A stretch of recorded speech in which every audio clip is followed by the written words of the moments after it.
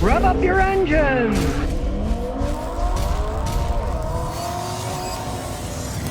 Now, people are always worried about the high price of car repairs. So today, I'm going to show you 5 ways you can fix your car for free. Now, manufacturers put a lot of warning light on cars, and the reason they put a lot of these warning lights is because it scares people. Then they take it in, and then they try to sell them a bunch of stuff. Let's say your brake light came on. Now, brake lights can come on for various reasons. You can have a pressure failure where the pedal starts sinking. The brake pads are worn out. What I see is the most common reason that light comes on is real simple. You go to the brake master cylinder and it's just low on fluid. The master cylinders have a little float in it.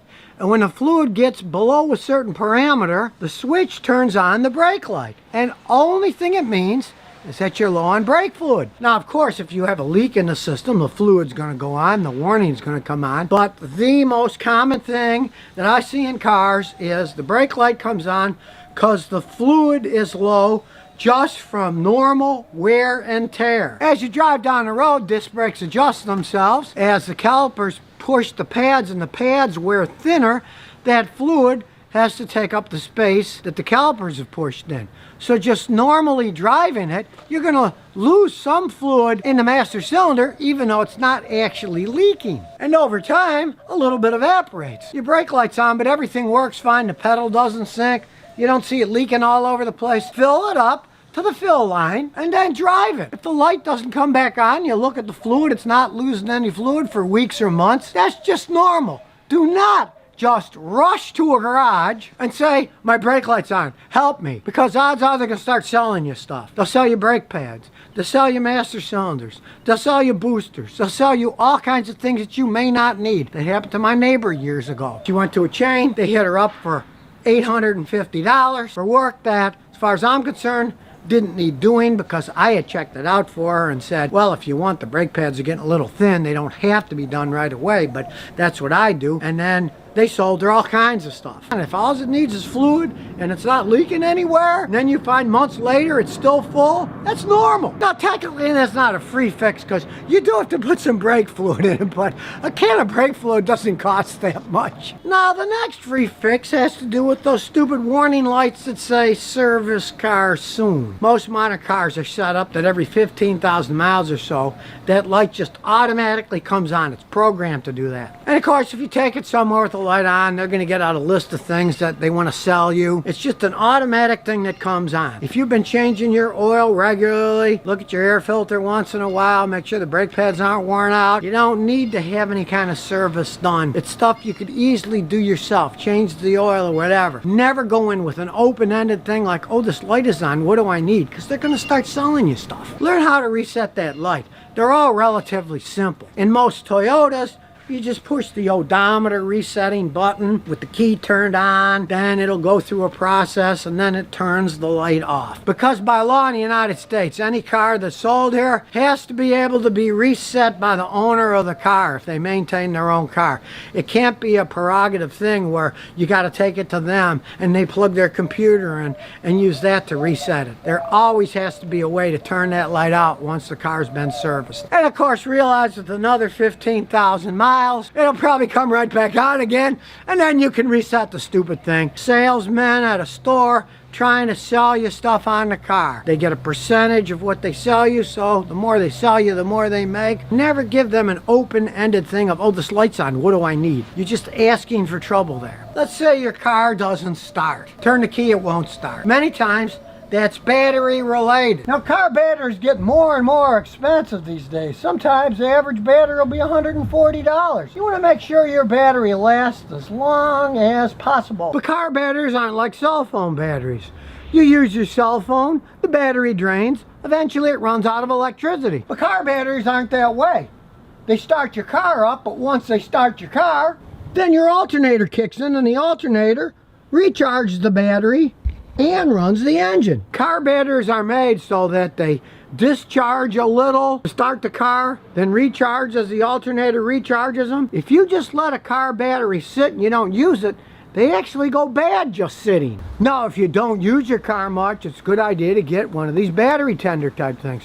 What it does is, you hook it up to the battery, and it does a little trickle charge. Let's say you're not using your car much. It's a good idea to use one of those, or just take the battery out of the car when you're not using it. If it's sitting for weeks or months at a time, leave it on one of those machines and then put it back in the car when you're going to use it. I just put them on the charger for a while. If you don't use your car much, hey, every once in a while it's a good idea to put a little charge into the battery, because it will get weak just sitting there. Now, the next trick to making your battery last as long as possible is to keep the terminals clean and full of any corrosion and nice and tight, because corrosion or loose terminals create more resistance. And the more resistance in an electrical circuit, the harder the battery has to work to send electricity to it.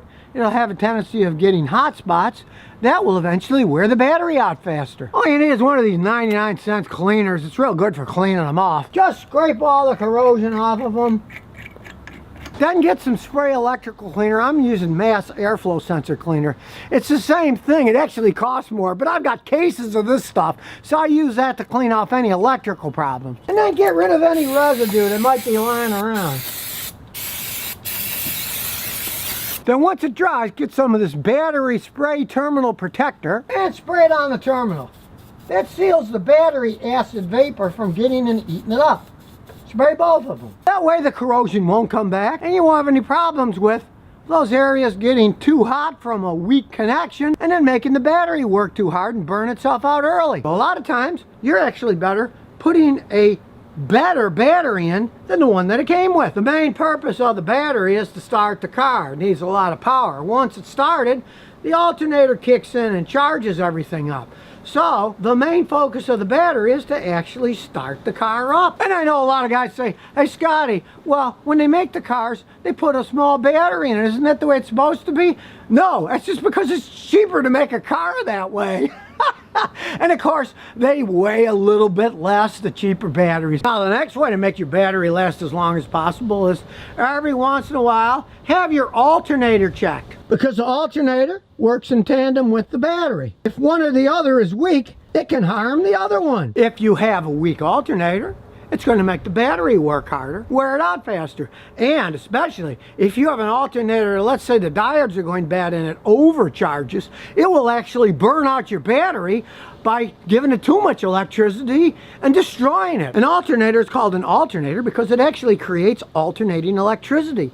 Then the diodes and the internals of the alternator transform that into direct electricity. And when things break, sometimes the alternator will actually put out alternating electricity of way too high voltage, and that'll destroy the battery. It doesn't take a mechanic 3 minutes to check your alternator. You can even buy one of these top-down checkers yourself, like 50 bucks or so, and they do a pretty good job of checking your battery and your alternator. You want to have them tested every once in a while, because when they are going out, it's better to change them sooner than later. Because on modern day cars, in my own customers' cars, I have had more cars come over here with weird problems, check engine lights on, they're running bad, they start up but they don't run right, and the root problem is either a weak battery or a weak alternator. So that's something to always check when you have a problem in a car right off the bat these days, because everything's computer run, and if it's incorrect, all kinds of wacky things can happen to your car that you don't want. And if you do get your car going, check to make sure nothing was left on. A lot of times, somebody will leave headlights on, parking lights, something's on. Once you get the car started, walk around the car without touching anything and see, oh man, I left the headlights on. So you know that all it was some mistake and there's actually nothing wrong with the car. You wouldn't believe how many times I've had cars towed to me and the only thing wrong was headlights are left on. Some device was left plugged in that drained the battery. Get one of these lithium-ion battery jump starters. And the advantage of the switch here is when you push it, there is no electrical spark. It's internal. So you can connect this and not have to worry about explosions. In a normal jump, you're supposed to put the positive on positive, then put the negative terminal like on the frame of the vehicle so that you don't get a spark at the battery. You don't have to worry about that with these things because the switch is internal. And since you're connecting it directly to the battery, you have better connections and you can jump start the car easier. And this particular one is great because once you start the car, watch this. It's showing the charging voltage. In this case, it's 14.8 volts. So not only does this top vision one jump start your car, Once it starts, it shows the charging voltage. If it would have been 12 volts or something, you would have known it's not charging, but it's showing 14.7, which is great charging, so you know the alternator is working, and the only thing you need is a new battery. So let's say if you were stuck in the middle of nowhere, since the alternator's working, you could drive the car as long as you wanted until you finally got to a place where you could buy a battery. You don't have to worry that, oh, is the alternator working? Is it going to die while I'm going down the road? This tells you it's still charging, so it's a 2-for-1 in this case. Now, the next free fix has to do with your car heater. Car heater systems are theoretically simple. The engine puts out hot water. The water cools the engine. Some of that goes through the car's radiator, and when you turn the heater on, some of it goes the other way behind the engine inside the car to the heater core. That's just a small radiator, actually. The fan blows through it, makes you hot.